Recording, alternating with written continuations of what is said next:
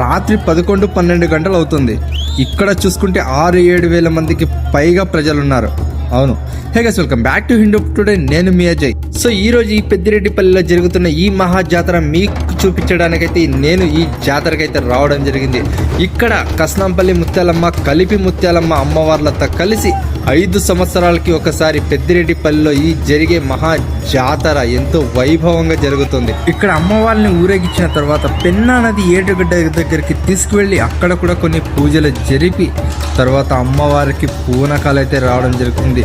తర్వాత ఆ దృశ్యం చూడడానికి 2 కళ్ళు చాలవు. నిజంగా గూస్ బంప్స్ అయితే వచ్చాయన్నమాట.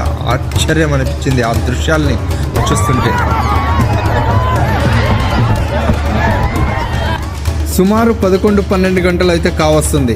సుమారు 6-7 వేల మందికి పైగా ప్రజలున్నారు. ఆ ముత్యాలమ్మ వారి మీద నమ్మకంతో, భక్తితో ఆ ముత్యాలమ్మ వారి ఊరేగింపు ఏటుగడ్డ దగ్గర ఇంకా 3 గంటల వరకు అయితే కొనసాగుతుందంట. తెల్లవారుజామున 3 గంటల తర్వాత ఊరిలో 2000కు పైగా యాటలు అయితే తెగుతున్నాయి. ఇలా ఇక్కడ 5 సంవత్సరాలకి ఒకసారి జరుగుతున్న ఈ మహా జాతర. మన వీడియోస్ చూస్తూ ఆదరిస్తున్న ప్రతి ఒక్కరికి thank you so much. Follow for more updates Hindu today.